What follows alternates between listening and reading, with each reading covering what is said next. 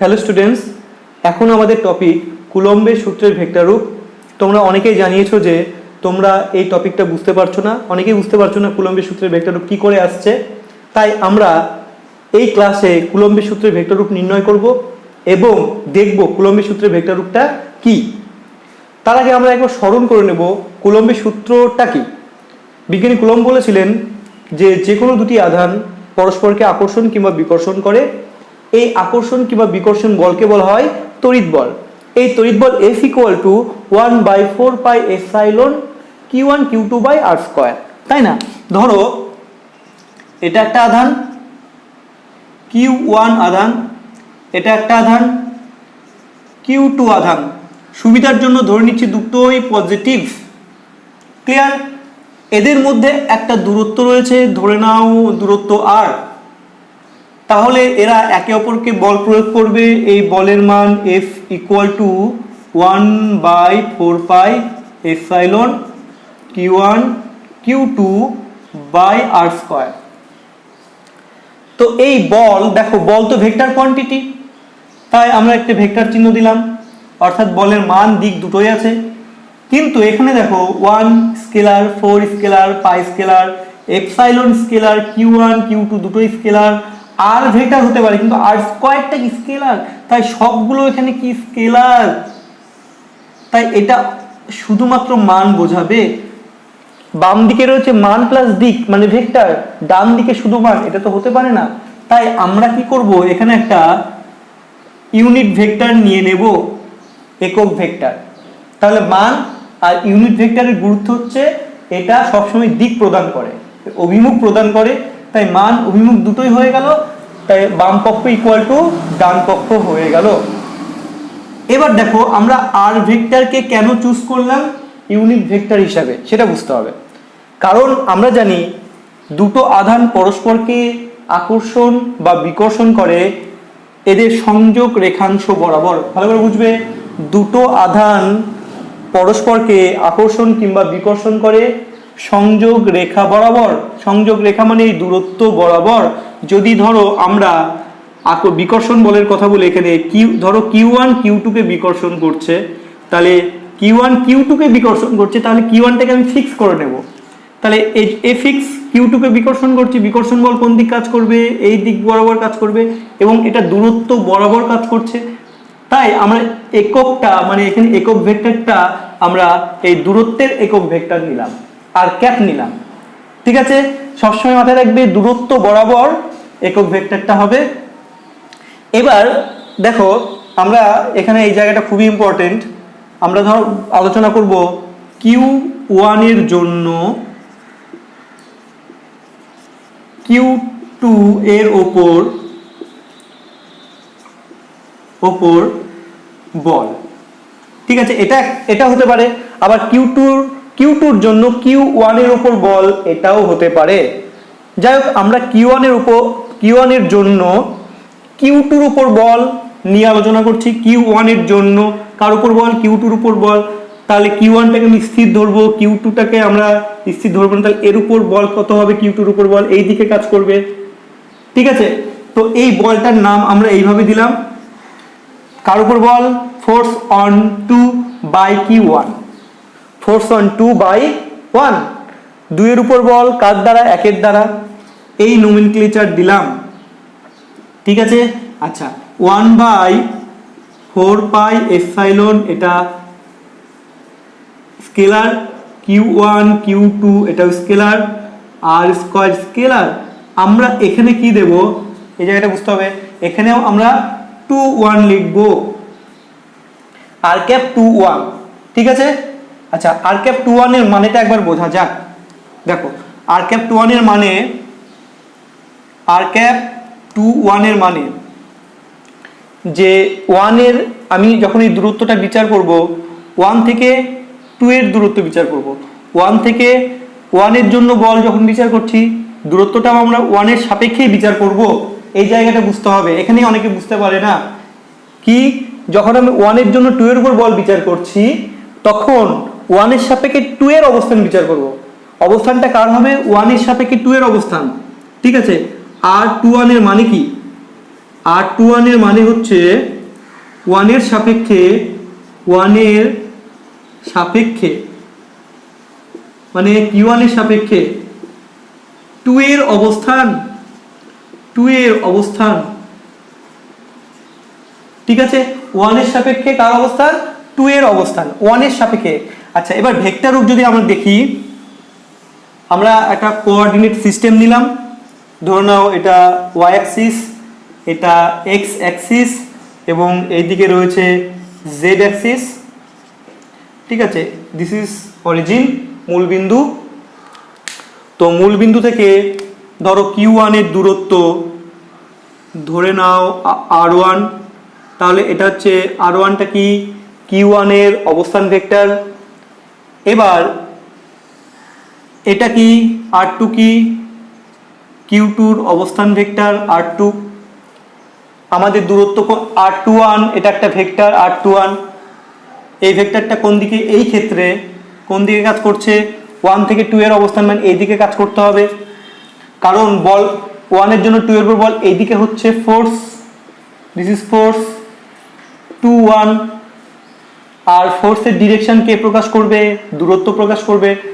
অবশ্যই এই দূরত্বকে যদি আমরা একটা ভেক্টর ধরি, তাহলে এই ভেক্টরের দিক এই দিকেই হতে হবে, নতুবা ম্যাচ করবে না। তাই আমি এটার নাম দিলাম 2 1। তাহলে 2 1 মানে কি, 1 এর সাপেক্ষে 2 এর অবস্থান। আচ্ছা, যার সাপেক্ষে, এবার দেখো ভেক্টর আমরা পড়েছি r21 মানে হলো 1 এর সাপেক্ষে 2 এর অবস্থান, যার সাপেক্ষে সেটাকে বিয়োগ করতে হয়, তার মানে r1 কে বিয়োগ করব r2 থেকে। এই হচ্ছে ভেক্টর নোটেশন, ভালো করে বোঝো। r21 মানে কি, কার সাপেক্ষে অবস্থান বোঝানো হচ্ছে, 1 এর সাপেক্ষে 2 এর অবস্থান, যার সাপেক্ষে সে বিয়োগ অন্যটা থেকে, যার সাপেক্ষে 1 এর সাপেক্ষে 1 বিয়োগ r1 বিয়োগ কার থেকে, r2 থেকে। তুমি এইটা কিন্তু ভেক্টর সূত্রের সাহায্যেও বের করতে পারো। দেখো ভেক্টর সূত্র অনুযায়ী এই দুটো, এটা একটা ত্রিভুজ, এটা একটা ত্রিভুজ তৈরি হচ্ছে, ও q1 q2 একটা ত্রিভুজ। এই ত্রিভুজের r1 আর r21 এরা ক্রমানুসারে গৃহীত বাহু, তাই এদের যোগফল r21 ইকুয়াল টু বিপরীত ক্রমে গৃহীত বাহুর সমান, r2 এর সমান। এখান থেকে r21 ইকুয়াল টু হয়ে যাবে r2 মাইনাস r1। ঠিক আছে, যাক আমরা এটা মনে রাখবো। আমরা কিন্তু r21 ভেক্টরটা পেয়ে গেলাম। এবার এর একক ভেক্টর কি হবে একটু দেখে নিই। আমাদের তো একক ভেক্টর লাগবে, আর 21 একক ভেক্টর মানে হচ্ছে মূল ভেক্টর বাই সেই ভেক্টরের কি মান। এটা তো একক ভেক্টর, কোন ভেক্টরের একক ভেক্টর ইকুয়াল টু সেই ভেক্টর বাই সেই ভেক্টরের কি ম্যাগনিটিউড। ওকে, তো যাই হোক, এবার আমরা কিন্তু r21 পেয়ে গেছি। এই হচ্ছে আমাদের ভেক্টর নোটেশন।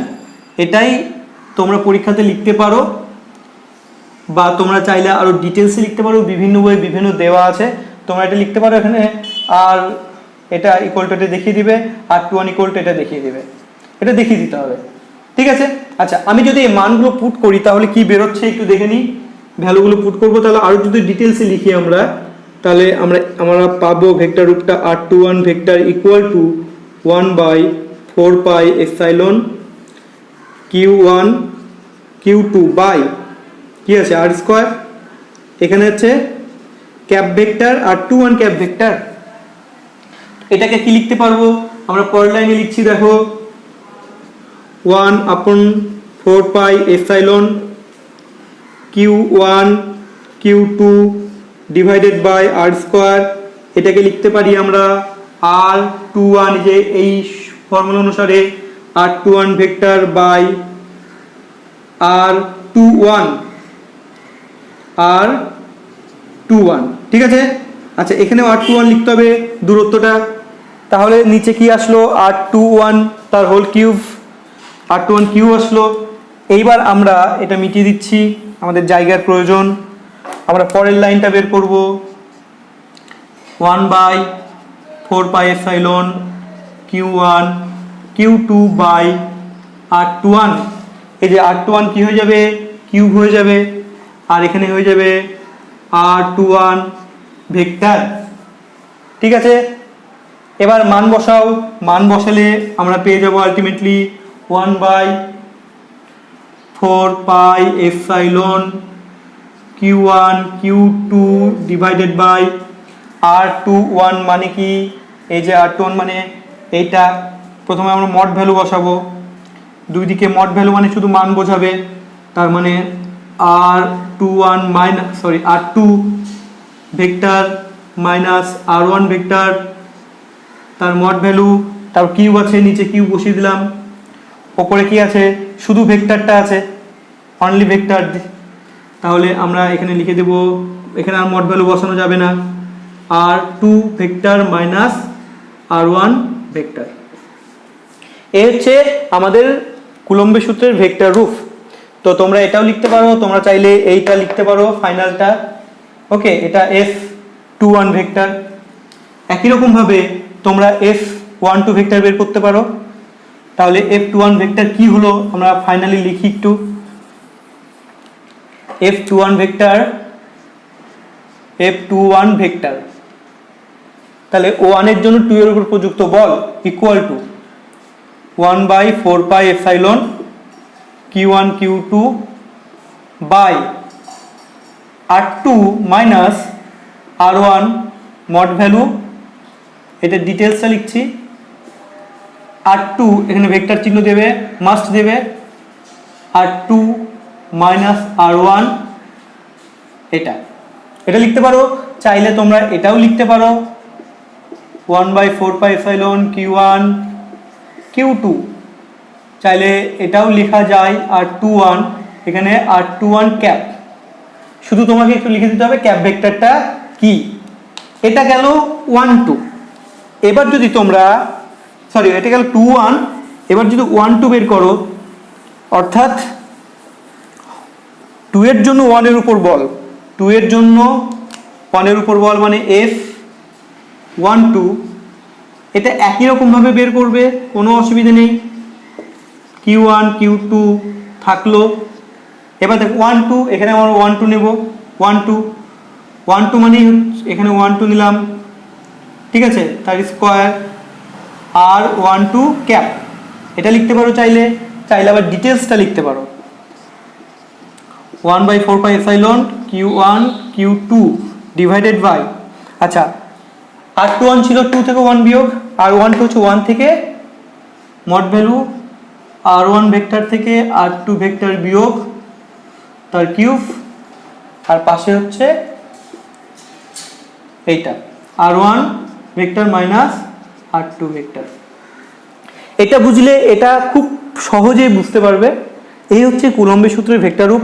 এরপরেও যদি বুঝতে না পারো তাহলে আমাকে অবশ্যই জানাও, আমি দেখব আরো ইজি করে বোঝানো যায় কিনা বিষয়টাকে। ক্লিয়ার? চলো এখানেই শেষ।